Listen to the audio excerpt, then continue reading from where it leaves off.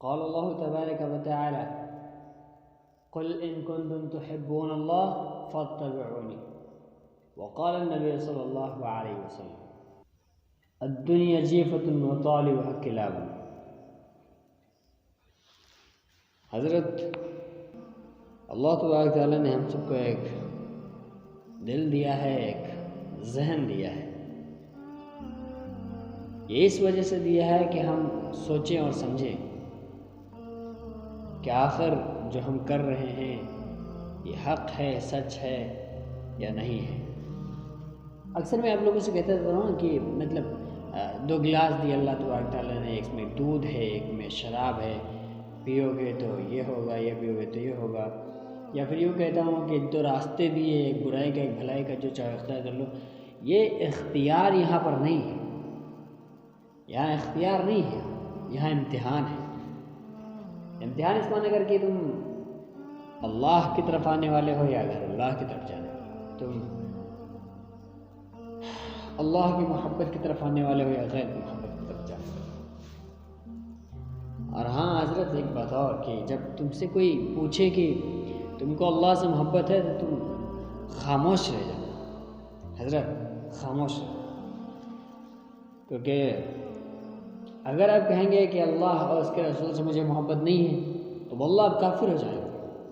اور اگر آپ کہہ رہے ہیں کہ مجھے اللہ سے محبت ہے تو وہ محبت تمہاری محبت تمہارے عمل میں کیوں نہیں دکھتی، کیوں نظر نہیں آتی.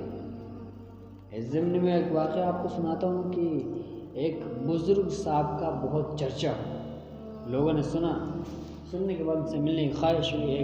ایک شخص ان سے ملنے کے لیے گئے. جب وہاں گئے تو سب سے اوپر چوٹی پہ رہتے تھے، پہاڑی میں. کیونکہ جو صوفیہ اکرام ہوتے ہیں وہ دنیا سے الگ تھلگ ہو جاتے ہیں، پہاڑوں میں چلے جاتے ہیں، جنگلات میں چلے جاتے ہیں، اور وہاں ذکر اذکار میں اپنی زندگی بسر کر لیتے ہیں. تو وہاں چلے گئے وہ، اور پھر گئے ان سے ملنے کے لیے. تمام پہاڑی پر چڑھنے کے بعد جب وہاں پہنچے تو انہوں نے غار کے اندر گھسنے سے پہلے، غار میں داخل ہونے سے پہلے انہوں نے دیکھا کہ ایک ٹانگ کٹی پڑی ہوئی ہے. اس ٹانگ پر نہ گوشت ہے نہ پوست ہے، نہ خال ہے نہ کپڑا ہے، ہڈی پڑی ہوئی ہے. خیر گھبرا گئے، پھر اندر گئے. تو چونکہ صوفیہ کرام جو ہوتے ہیں نا ان کا ایک خاص لباس ہوتا ہے، گدڑی، اس کو اوڑھ کے وہ بیٹھے ہوئے تھے. تو انہوں نے ہم سے بات کی، دعا کی درخواست کی، اور عقیدت محبت سے بیٹھے. جب چلنے لگے تو وہ شیخ بھی کھڑے ہوئے، وہ بزرگ صاحب بھی کھڑے ہوئے. چونکہ سنت نبی صلی اللہ تعالی علیہ وسلم ہے کہ جب آپ کے گھر کوئی مہمان آئے تو جب وہ رخصت ہونے لگے تو اس کو گھر کی دہلیز تک یا پھر گاؤں کے باہر تک اسے چھوڑا جائے. تو وہ بھی ان کو سوچا کہ ان کو غار کے دروازے تک چھوڑ دیا جائے. جب وہ کھڑے ہوئے اور چلے تب ان کی نظر پڑی کہ وہاں ایک داہنا پیر کٹا پڑا ہوا ہے اور یہاں ان کا داہنا پیر ہے نہیں. تو یہ ڈر گئے اور بہت ہی ادباً عرض کیا کہ حضرت آپ کا یہ پیر کیسے کٹا. تو انہوں نے کہا کہ ایک حسین و جمیل خوبصورت عورت مجھے دکھائی. آزماتے اللہ تبارک تعالیٰ ہر شخص کو آزماتا ہے. انبیاء علیہ السلام کتنے آئے؟ 1.25 لاکھ انبیاء علیہ السلام. ہر ایک نبی کو آزمایا گیا. بغیر آزمائش کے اللہ کی محبت حاصل نہیں ہو سکتی. ہر شخص کو اللہ آزماتا ہے. ارے یار ہم جب کچھ خریدتے ہیں تو اس کو ٹھوک بجا کے دیکھتے کہ نہیں دیکھتے، ہے کہ نہیں؟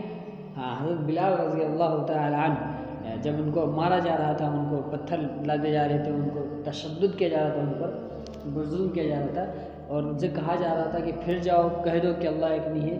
تو اور وہ کہہ رہے تھے احد اللہ ایک ہے، اللہ ایک ہے. کیا مزہ آتا ہے یار. کوئی تمہیں کہہ رہا ہو اللہ کی محبت سے پھرنے کے لیے اور آپ اس کے عشق میں کہہ رہے ہو اللہ واحد اللہ واحد. اللہ تو ایک ہے، اللہ تو ایک ہے، اللہ تو قادر ہے. اللہ اکبر کبیرہ لا غالب الا اللہ. اس طرح کے الفاظ، اللہ اکبر ہاں تو میں کہہ رہا تھا کہ وہ بوڑھی عورت ادھر سے گزری اور بلال سے کہنے لگی بلال تم کیوں نہیں منع کر دیتے، کہہ دو کہ اللہ نہیں، کیا ہو جائے گا۔ تو اس بلال رضی اللہ تعالی عنہ نے کہا کہ اماں جان آپ جب کسی کمہار کے پاس مٹی کا برتن لینے جاتی ہیں تو اسے بجا کے دیکھتی نا، ٹھوک بجا کے، کہ مطلب مضبوط رہے گا کہ نہیں رہے گا۔ تو انہوں نے کہا کہ بلال بے شک میں بجا کے دیکھتی ہوں، کچری آؤں گی نقصان ہو جائے گا تو بلال نے کہا سیم ٹھیک اسی طریقے سے اللہ میرا اللہ مجھے ٹھوک بجا کے دیکھ رہا ہے، ایسا تو نہیں بلال پھر جائے گا دین سے۔ اللہ اکبر۔ تو میں کہہ رہا تھا کہ اللہ تبارک تعالیٰ ہر شخص کو آزماتا ہے۔ تو ان کو جب خوبصورت حسین جمیل ایک عورت دکھائی گئی اور وہ ان کو شہوت ہوئی، وہ کہتے ہیں کہ مجھے شہوت ہوئی، میں نے سوچا کہ میں ایک بار پھر سے دیکھوں، اس کو دیکھنے کے لیے میں اپنی جگہ سے اٹھا اور چلنے لگا۔ جو ہی میں نے اپنا داہنا پیر اپنی غار کے دہلیز کے باہر رکھا، غیب سے آواز ہے، واہ رے واہ، ایک طرف دعویٰ کرتا ہے اللہ کی محبت کا اور دوسری طرف تیرا پیر اللہ کی بغاوت میں چل پڑا۔ کیا بات ہے یار، اللہ کے خلاف چل پڑا، اللہ کے خلاف چل پڑا۔ وہ بزرگ صاحب کہتے ہیں بس میں نے اسی جگہ پر اپنا پیر کاٹ دیا اور آج تک وہیں پڑا ہوا ہے۔ اللہ اکبر۔ محترم دوستوں، اللہ تبارک تعالیٰ نے بڑا غیور ہے، اس کو ہمارے روزے ہماری نمازوں کی کوئی پرواہ نہیں۔ اللہ کو اس اچھا بتائیں، آپ ذرا خود ہی بتائیں ابھی، یہ جو ہم نمازیں پڑھتے ہیں، جو ذکر کرتے ہیں، یہ جو روزے رکھتے ہیں، اس سے اللہ تبارک تعالیٰ کو کیا فائدہ؟ کوئی فائدہ ہے؟ دن میں 5 نمازیں آتے ہیں، ہم سب رگڑتے ہیں، کوئی فائدہ اللہ تبارک تعالیٰ کی سے نہیں ہے پیارے بھائی حضرت۔ اس سے فقط اور فقط ہمیں فائدہ ہے، اس کو فائدہ نہیں ہے، پھر بھی وہ ہمیں اجرت دے رہا ہے، ہمیں کیا اجرت دے رہا ہے۔ اور میں نے کہا کہ آپ سارے کے سارے جمع ہو جائیں مجھ کو ذلیل کرنے میں، آپ جائیں ادھر چلے جائیں، کچھ ادھر چلے جائیں اور لوگوں میں اعلان کریں کہ عبداللطیف پگلا گیا ہے، وہ ایسا کرتا ہے، وہ ڈھول پہ لات مارتا ہے، وہ تعزیہ کو نہیں مانتا، وہاں بھی ہو گیا۔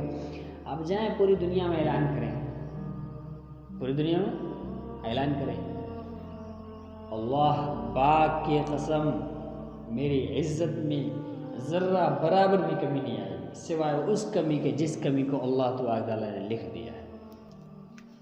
اور تم سب کے سب جمع ہو جاؤ اور چاہو کہ عبداللطیف کو مطلب باعزت بنا دیا جائے، لوگوں کی نگاہوں میں بہترین بنا دیا جائے، کچھ ادھر چلے جائے، کچھ ادھر چلے جائیں اور اعلان کریں کہ عبداللطیف یہ کرتا ہے، وہ کرتا ہے، بہت اچھا ہے، ایسا ہے، ویسا ہے۔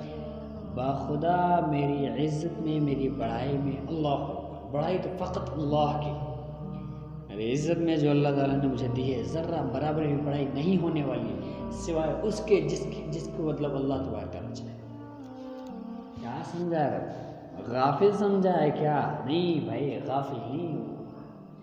رات کے اندھیرے میں کیے جانے والے گناہ پر اس کی نظر ہے، دن کے اجالے میں کیے جانے والے گناہ پر اس کی نظر ہے، بھیڑ میں کیے جانے والے گناہ پر اس کی نظر ہے، اور تنہائی میں کیے جانے والے گناہ پر بھی اس کی نظر ہے۔ کیا سمجھا اللہ کو؟ کیا وہ غافل ہو گیا؟ کیا اسے نیند آ گئی؟